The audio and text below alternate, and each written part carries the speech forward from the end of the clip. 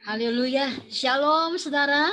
Bertemu kembali dalam program Happiness Moment setiap hari Jumat, dan kita bersyukur hari ini Tuhan pertemukan kita kembali untuk bisa mendengarkan pesan-pesan roh yang akan menguatkan kita. Oleh karena itu, mari kita berdoa sebelum kita mendengarkan firman Tuhan yang luar biasa ini. Kami bersyukur buat hari ini, kami bersyukur buat kasih Tuhan yang sempurna.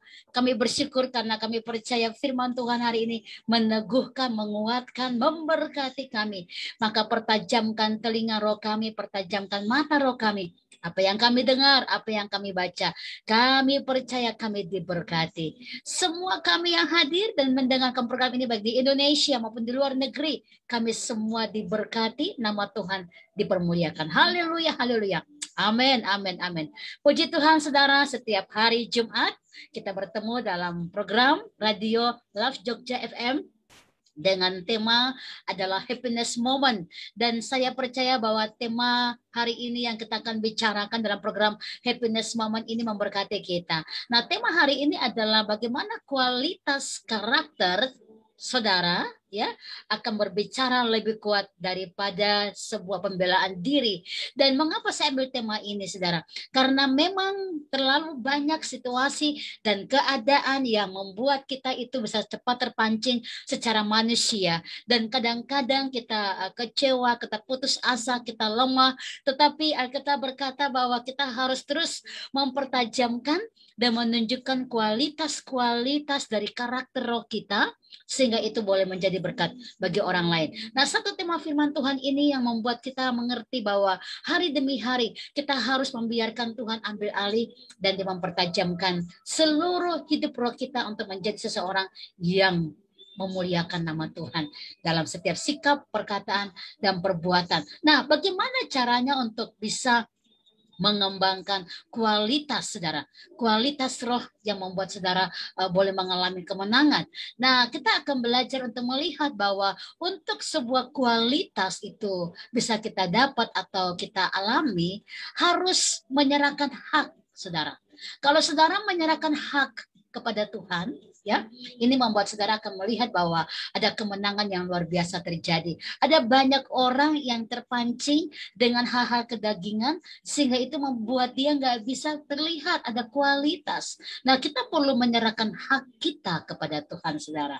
Nah, waktu saudara dan saya belajar memberikan hak kepada Tuhan, maka inilah yang sebenarnya kita mengizinkan proses demi proses terjadi untuk memahat setiap bagian-bagian hidup kita, untuk membuatnya menjadi lebih indah dari hari ke hari, ya. Dan Tuhan mau saudara dan saya belajar untuk menyerahkan hak kepada Tuhan. Waktu kita menyerahkan seluruh hidup kita kepada Dia, maka saya percaya saudara sedang membiarkan Dia mengambil alih hidup saudara, dan kita boleh menjadi seseorang yang memberi dampak kepada orang lain. Nah, mari kita lihat bagaimana caranya untuk kita menyerahkan hak kita, saudara, ya. Kita tahu bahwa dalam setiap langkah hidup kita, penyerahan hak itu menunjukkan satu sikap kita untuk tidak lagi mengurusin apa yang menjadi bagian kita, maunya kita, tapi kita memberikan ruang kepada Tuhan ambil alih. Ya, dan ini yang membuat saudara akan terlihat begitu indah. Contoh saudara, ya, ada banyak orang yang mungkin nggak senang dengan saudara, tetapi mereka akhirnya menceritakan saudara yang tidak baik walaupun saudara melakukan yang baik, begitu ya. Nah, bagaimana di sini terlihat respon kita kepada orang-orang yang ini? Kalau orang yang punya kualitas karakter yang bagus, yang dewasa, saudara, dia akan menanggapi bahwa orang-orang yang mungkin mengecewakan dia, orang-orang yang mungkin membuat dia menjadi orang-orang yang lemah di dalam pemikiran, dia akan mengerti bahwa Tuhan izinkan dia untuk bertumbuh dalam kedewasaan, saudara. Kedewasaan untuk apa? Memandang bahwa orang-orang yang menyakiti dia, mereka pun membutuhkan Tuhan. Nah, ini cara pandang yang berbeda, ya saudara, ya. Makanya seorang yang punya kualitas karakter itu, walaupun dia disakiti, walaupun dia mungkin dibicarakan tidak enak, dia nggak mikir kenapa orang bicara itu ya, kenapa orang ingin menjatuhkan dia nggak mikir itu. Tapi dia akan tetap menunjukkan kualitas yang luar biasa, sehingga orang-orang yang menceritakan dia yang tidak baik, mereka akan melihat sesuatu yang baik dalam dirinya. Dan ini yang perlu kita belajar ya, ketimbang kita malah membela diri ya tentang apa yang mungkin jadi omongan orang ya. Ini tentu tidak menunjukkan kualitas atau kedewasaan dari spiritual seseorang. Nah, kita belajar untuk bangun kualitas. Tadi saya katakan tadi bahwa kita perlu menyerahkan hak kita kepada Tuhan. Karena waktu saudara belajar menyerahkan hakmu kepada Tuhan, saya bilang tadi, engkau sedang mempersilahkan Tuhan mengambil alih seluruh hidupmu. Dan itu luar biasa, saudara. Ya, tidak mudah. Tetapi Alkitab katakan di dalam Galatia pasal kedua ayat 20 sangat jelas. Kenapa sampai Paulus berkata, aku hidup, bukan lagi aku sendiri yang hidup dalam daging ini, tetapi Yesus yang hidup di dalam aku. Karena dia tahu. Kenapa? Dia menyadari karya Tuhan dalam hidupnya itu sungguh mempengaruhi dia, saudara. Sehingga dia berkata, kalau aku hidup di dalam daging ini, bukan aku lagi, tapi Tuhan yang hidup di dalam aku. Karena hidup kesekarang di dalam daging ini adalah hidup oleh karena anugerah, oleh karena keselamatan, oleh karena karya Tuhan yang mengasihi dia. Dan itu membuat dia berkomitmen untuk apapun yang dia lewati, untuk apapun yang dia rasakan tidak mengenakan secara daging, dia tahu bahwa dia harus menyerahkan hak pembelaan dirinya kepada Tuhan, sehingga biarkan Tuhan yang melakukan bagian Tuhan. Nah, ada cerita luar biasa tentang seorang Paulus ini. Kita tahu cerita yang hebat itu adalah waktu dia mengalami satu pelajaran roh yang hebat tentang duri dalam daging, saudara. Ya, inilah contoh yang terjadi terhadap seorang Rasul Paulus yang mau belajar menyerahkan haknya. Tapi kita lihat akhirnya, waktu dia menyerahkan hak itu, sesungguhnya dalam setiap aspek hidupnya dia, bukan dia lagi yang bertindak, tetapi Tuhan yang bertindak. Nah, ini contoh yang luar biasa, duri dalam daging. Tuhan menjelaskan mengapa Tuhan membiarkan, ya saudara, bahwa ada duri dalam daging Paulus dengan tujuan yang sangat-sangat jelas. Supaya Paulus tidak menunjukkan ya egonya, kedagingannya terhadap sesuatu yang mungkin dia terima, terhadap segala hal yang mungkin orang puji dia, ya, karena dia masih kedagingan. Dan Tuhan gak mau dia sombong karena itu. Ini good banget, saudara. Ini contoh yang luar biasa, ya. Karena Tuhan tahu Paulus masih seorang manusia biasa, maka Tuhan mengizinkan ada sebuah cacat dalam tubuhnya, itu duri dalam daging, supaya dia tidak menyombongkan diri. Ini pelajaran pertama tentang bagaimana penyerahan diri, yaitu hak kita kepada Tuhan. Nah, mari kita belajar tentang hal ini. Apa yang membuat, ya, mengapa Tuhan izinkan ada duri dalam daging, saudara ya? Kita belajar, kita baca dulu ayat firman Tuhan ini dalam 2 Korintus 12 ayat yang ke-7 sampai dengan 10 ya. 2 Korintus 12 ayat 7 sampai dengan ayat yang ke-10 saya akan bacakan buat saudara semua. Dan supaya aku jangan meninggikan diri karena penyataan-penyataan yang luar biasa itu, maka aku diberikan satu duri di dalam dagingku, yaitu seorang utusan iblis untuk mengocoh aku, supaya aku jangan meninggikan diri. Tentang hal itu, tentang duri dalam dagingnya itu maksudnya ya. Aku, kata Paulus, sudah 3 kali aku berseru, aku berdoa kepada Tuhan supaya utusan iblis itu mundur daripadaku. Tetapi jawab Tuhan apa? Ya, apakah terjadi? Dia minta 3 kali berdoa supaya Tuhan lepaskan dia dari kesakitan itu, dari apa yang dirasakan dalam duri dalam dagingnya? Tidak, saudara. Tapi jawab Tuhan apa sama Paulus? Cukuplah kasih karuniaku kepadamu. Ya, sebab justru dalam kelemahanlah, kelemahanmu yang kau rasa sakit itulah, kata Tuhan, ya, kuasaku, kata Tuhan, akan menjadi sempurna atas engkau. Ini luar biasa. Kita lanjut ayat ini. Sebab itu kita berkata, Paulus bilang begini, terlebih suka aku bermegah atas kelemahanku, supaya kuasa Kristus turun menaungi aku. Karena itu aku senang dan rela. Saudara, lihat ini. Aku senang dan rela di dalam kelemahan, di dalam siksaan, di dalam kesukaran, di dalam penganiayaan dan kesesakan oleh karena Kristus, saudara ya. Sebab jika aku lemah, maka aku kuat. Ini luar biasa, saudara. Jadi Paulus mulai mengerti, walaupun dia sudah berdoa 3 kali supaya Tuhan lepaskan aku dari penderitaan ini, duri dalam daging, saudara. Coba ya, kita semua kalau ada sedikit beling atau pecahan beling atau mungkin juga duri bunga tertusuk di dalam tubuh kita, wah itu bahkan bisa bikin demam, saudara. Ya, bahkan demam berhari-hari kalau itu nggak dikeluarkan. Nah, saya rasa Paulus juga mengalami secara dagingnya ada banyak kesakitan yang dialami, tetapi dia lebih cari apa? Bukan yang dirasakan sakit secara dagingnya, tapi dia mencari satu kenikmatan yang membuat sukacita luar biasa, membuat daging yang sakit itu dia nggak merasakan sakit lagi. Kenapa? Karena dia mengalami kasih karunia Tuhan, di mana kuasa Tuhan menjadi sempurna atas dia. Jadi saat dia menghadapi yang namanya kesukaran, menghadapi namanya kesesakan dan siksaan, dia merasa bahwa semua akan fine-fine saja. Kenapa? Karena dia selalu melihat ada jalan keluar. Karena dia selalu melihat bahwa kuasa Tuhan terus mendampingi dia. Ini luar biasa. Kenapa Tuhan bisa turunkan kuasanya kepada Paulus? Poinnya, saudara, karena Paulus sudah belajar menyerahkan haknya kepada Tuhan. Wow, luar biasa. Semakin kita rendahkan hati dan kita menyerahkan hak kita, semakin Tuhan akan turun tangan. Dan ini cara Tuhan. Lihat ya, kita nggak pernah tahu kita punya kelemahan-kelemahan apa. Tapi Tuhan lebih tahu. Ya, Tuhan lihat Paulus ini bisa saja menyombongkan diri karena dia seorang Paulus yang luar biasa, dia seorang rasul yang hebat yang dipakai dengan luar biasa, tetapi Tuhan mengerti dia masih seorang manusia biasa, saudara. Nah, mari kita lihat tujuan duri dalam daging seorang Paulus, ya. Nah, yang pertama, tujuan dari duri dalam daging itu adalah untuk menjaga Paulus agar tetap rendah hati. Ini tentu adalah maksudnya Tuhan. Karena memang Tuhan tidak mau kita semua menyombongkan diri dengan apapun.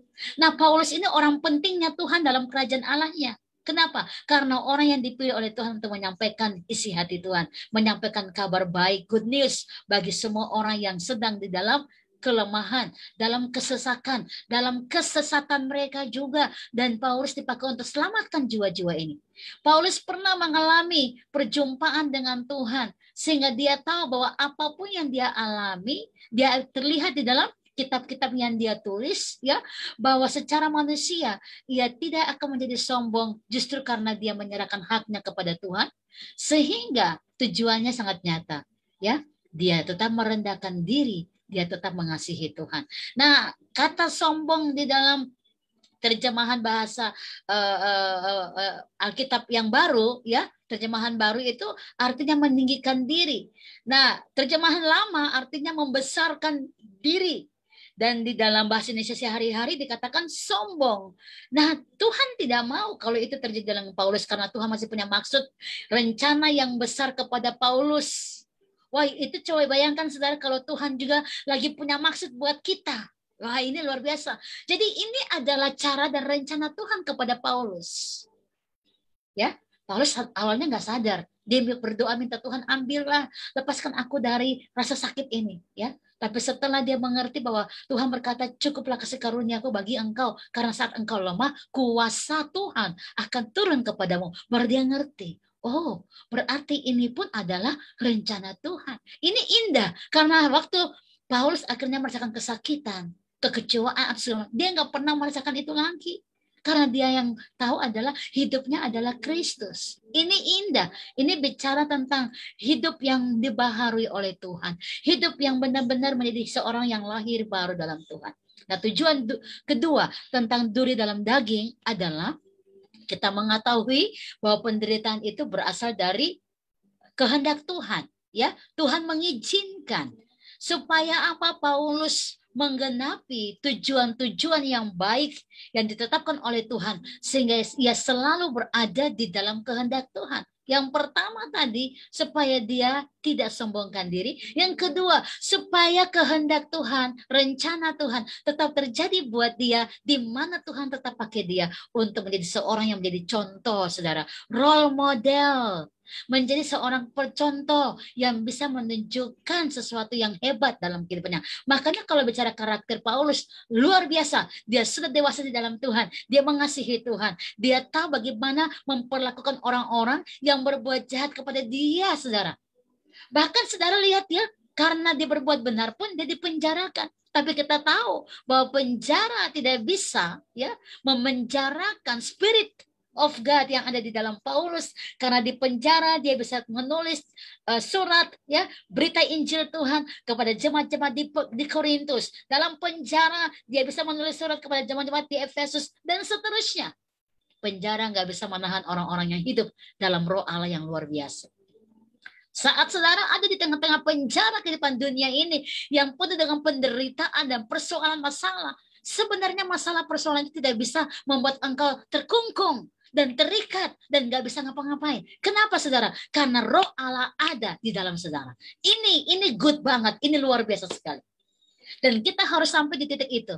Lihat sekali lagi, mengapa Paulus akhirnya mendapat kekayaan spiritual naik level? Karena dia menyerahkan hak-haknya kepada Tuhan. Ini luar biasa. Nah, Paulus mengerti sekali bagaimana dia harus bisa melalui semua proses ini supaya kuasa Tuhan menjadi sempurna di dalam dia. Dan kita perlu belajar bahwa Tuhan tidak mencabut masalah tersebut dari dalam daging Paulus, saudara. Ya, tetapi sebaliknya Tuhan memberinya dia kasih karunia apa? Perhatiannya Tuhan, kasihnya Tuhan, dan kekuatan dari Tuhan turun kepada dia. Tuhan sendiri yang menyatakan bahwa kasih karunia-Nya cukup bagi Paulus untuk menanggung semuanya. Sehingga dia tidak merasakan kesakitan. Ada nggak di hari-hari ini saudara? Ya, saat saudara mungkin mendengar diceritakan tidak baik, walaupun saudara sudah buat baik. Adakah di hari-hari ini saudara mendengar orang mungkin sedang menjatuhkan saudara karena mungkin mereka iri hati? Kenapa orang iri hati? Karena orang itu belum bisa sama dengan saudara. Sehingga dan orang-orang iri hati ini saat dia ingin menjatuhkan saudara, dia akan cari teman-teman saudara untuk bergosip dan menjatuhkan saudara. Tetapi sekali lagi, kualitas karakter akan membuat engkau semakin naik tinggi dan luar biasa. Dan itu sebenarnya adalah kehendak Tuhan dan tujuan Tuhan buat kita. Mencapai kedewasaan penuh di dalam karakter ilahi. Ya, jadi mari kita belajar menyerahkan hak kita kepada Tuhan, saudara. Kita menyerahkan segala hal kepada Tuhan. Ada rasa pingin marah, ada rasa pingin berontak, ada rasa pingin membalas sesuatu yang orang mungkin harus pertanggungjawabkan. Jangan buru-buru kita melakukan itu. Kita belajar rendahkan hati dan semakin menunjukkan kualitas-kualitas spiritual kita yang luar biasa, karakter yang luar biasa. Karena itu menunjukkan bahwa kita sudah dewasa di dalam Tuhan. Kita perlu berbicara, ya, untuk memberkati hidup kita bahwa kita adalah milik Tuhan, ya. Kita adalah perbuatan karya Tuhan yang luar biasa dan kita tahu bahwa masalah itu sangat kecil sekali, bahkan tidak ada karena Tuhan kita lebih besar dari setiap masalah yang kita lewati. Dan kita harus mengaminkan juga bahwa setiap ujian yang Tuhan izinkan itu adalah hal yang menjadi berkat karena mendatangkan kebaikan kepada kita. Jadi perlu open mind and open heart, ya. Buka pikiran saudara lebih luas lagi, buka hati saudara lebih luas lagi, dan izinkan Tuhan mengambil alih, ya. Jangan pernah berpikir salah, jangan pernah berpikir negatif, karena Tuhan sedang merencanakan sesuatu yang indah buat saudara. Serahkan hak saudara kepada Tuhan dan lihatlah bahwa engkau semakin dibuat Tuhan indah. Kenapa? Karena ada bagian-bagian yang dipahat oleh Tuhan, ada bagian-bagian yang diukir oleh Tuhan, sehingga membuat engkau menjadi indah dan indah dan indah. Setiap hari indah dan indah menjadi berkat bagi semua orang, dan itu adalah tujuan Sang Pencipta kita, Juru Selamat kita. Untuk kualitas karakter saudara dan saya harus berbicara lebih kuat di hari-hari ini. Kualitas karakter kita harus berbicara lebih kuat, ya, dibanding ketimbang saudara membela diri dengan setiap keadaan, situasi, dan persoalan yang mungkin saudara sedang hadapi. Mari belajar menyerahkan hakmu kepada Tuhan, dan saya percaya engkau akan melihat Tuhan mengambil alih, dan setiap kali engkau dipimpin oleh Roh Kudus, engkau akan merasakan bagaimana kuasanya turun ke atas saudara. Mari belajar untuk menyerahkan hidupmu kepada Yesus dan membiarkan Dia mengambil alih seluruh hidupmu kepada Tuhan. Nah, bagaimana caranya kita menyerahkan hak kita? Ya, kita nggak bisa bilang kepada seorang mahasiswa mungkin akan berkata, oke, aku menyerahkan hakku kepada Tuhan supaya aku punya nilai yang luar biasa, yang bagus. Tapi kita nggak bertanggung jawab untuk apa? Untuk belajar. Nggak bisa. Jangan salah dalam hal itu. Kita punya hak meminta nilai terbaik, kita punya hak untuk berhasil, tapi ingat ada kewajiban di mana kita perlu belajar. Atau mungkin seorang tua berkata, oke, aku sudah berdoa, aku tidak perlu lagi mengurus anak-anakku dalam disiplin karena biarkan Tuhan aja yang tegur mereka. Tetapi seorang tua tidak lagi menegur, nggak lagi mengajar, nggak lagi mendidik, kewajibannya nggak ada, nggak bisa. Kewajiban orang tua harus tetap mendidik. Walaupun engkau sudah berdoa, menyerahkan dia kepada Tuhan. Dan hakmu sepertinya, ya Tuhan ambil alihlah. Tetapi kita tetap terikat dengan tanggung jawab yang kita harus mengerti bahwa itu yang Tuhan kehendaki, kita melakukannya sebagai orang tua. Jadi waktu saudara menyerahkan hak saudara, jangan campur aduk. Kita menyerahkan hak kita, tapi kita juga harus bisa melihat tanggung jawab kita itu apa, saudara. Nah, oleh karena itu, prinsip ora et labora itu harus terjadi dalam hidup kita. Apa ora et labora? Berdoa dan bekerja. Bahkan kalau doa aja nggak bisa karena iman itu, kita berkata iman itu adalah sebuah perbuatan. Dan waktu kita berdoa, kita mengimani berarti kita juga bertindak melakukan sesuatu. Jadi harus pisahkan tentang hak dan juga kewajiban. Kita menyerahkan hak kita di mana yang menjadi area Tuhan, biarkan dia ambil alih. Nah, area Tuhan adalah tentang apa? Tentang karakter kita, saudara. Ya, urapan milik Tuhan dia berikan kepada siapapun, tapi urusan karakter itu urusan kita. Kita perlu belajar untuk apa? Menaklukkan daging kita kepada kehendak Tuhan, menaklukkan segala sifat-sifat kita yang belum terselesaikan bahkan di masa lalu. Bahkan kadang orang-orang kalau terluka di masa lalu, ya, itu bisa melukai orang di masa depan. Nah, ini perlu diselesaikan, saudara. Ini perlu diselesaikan. Ya, dan kita perlu belajar untuk menyerahkan hak kita, tapi kita punya kewajiban untuk membangun apa yang perlu kita bangun. Orang tua, engkau perlu berdoa menyerahkan anak-anakmu kepada Tuhan, tetapi engkau nggak bisa melepaskan mereka tanpa ada pendidikan, tanpa ada ajaran, tanpa ada nasihat. Tidak bisa. Tanggung jawab saudara tetap mendidik mereka, mengajar mereka norma-norma kehidupan yang takut akan Tuhan, dan membuat mereka untuk mengenal Tuhan lebih dekat. Berdoalah, hak saudara meminta apapun, tapi kewajiban kita bertanggung jawab untuk mengkontrol segala sesuatu supaya tetap engkau mengerti karakter itu adalah urusan kita. Ya, kita yang harus bisa menaklukkan segala sesuatu. Oleh karena itu, sore hari ini kita belajar bagaimana memunculkan kualitas karakter yang berbicara lebih kuat dibanding semua urusan daging kita. Cuman satu, serahkan hakmu kepada Tuhan dan mulailah bertanggung jawab membangun apa yang perlu engkau bangun sebagai seorang yang mengasihi Tuhan, yang takut Tuhan. Biarlah firman Tuhan sore ini meneguhkan kita, memberkati kita, dan kita semua punya kualitas-kualitas roh yang semakin luar biasa. Mari kita berdoa sebelum mengakhiri pertemuan ini. Kita berdoa, haleluya. Hamba berdoa, diberkatilah kami dalam nama Yesus. Semua yang kami lihat, semua yang kami dengar, semua yang kami baca dalam firman Allah, kami boleh diteguhkan, boleh diberkati. Hamba berdoa, bantu kami, iman kami bertumbuh, dan bantu kami karakter kami semakin berkualitas, dan itu berbicara lebih kuat daripada setiap ucapan-ucapan kami. Hamba berdoa, tindakan kami adalah mengasihi Engkau dan menyerahkan hak kami kepada Engkau. Mari ambil alih seluruh hidup kami, karena seperti Paulus yang berkata, hidupku bukan aku lagi, tetapi Engkau yang tinggal dalam aku. Maka sama Tuhan, kami berkata sore hari ini, ambil alih hidup kami bukan kami lagi, tapi Engkau yang beracara dengan kami. Diberkatilah kami semua yang datang dan mendengarkan program Happiness Moment sore hari ini. Kami yang ada di seluruh Indonesia, kami yang ada di luar negeri, kami semakin diberkati. Nama Tuhan dimuliakan, kami semakin diteguhkan. Karakter-karakter berkualitas itu semakin muncul, dan kami menjadi garam dan terang di tengah-tengah dunia ini. Diberkatilah kami yang datang di dalam nama Tuhan Yesus. Haleluya. Saudara yang diberkati, katakan bersama-sama. Amin, amin, amin, amin. God bless you all. Haleluya. Shalom.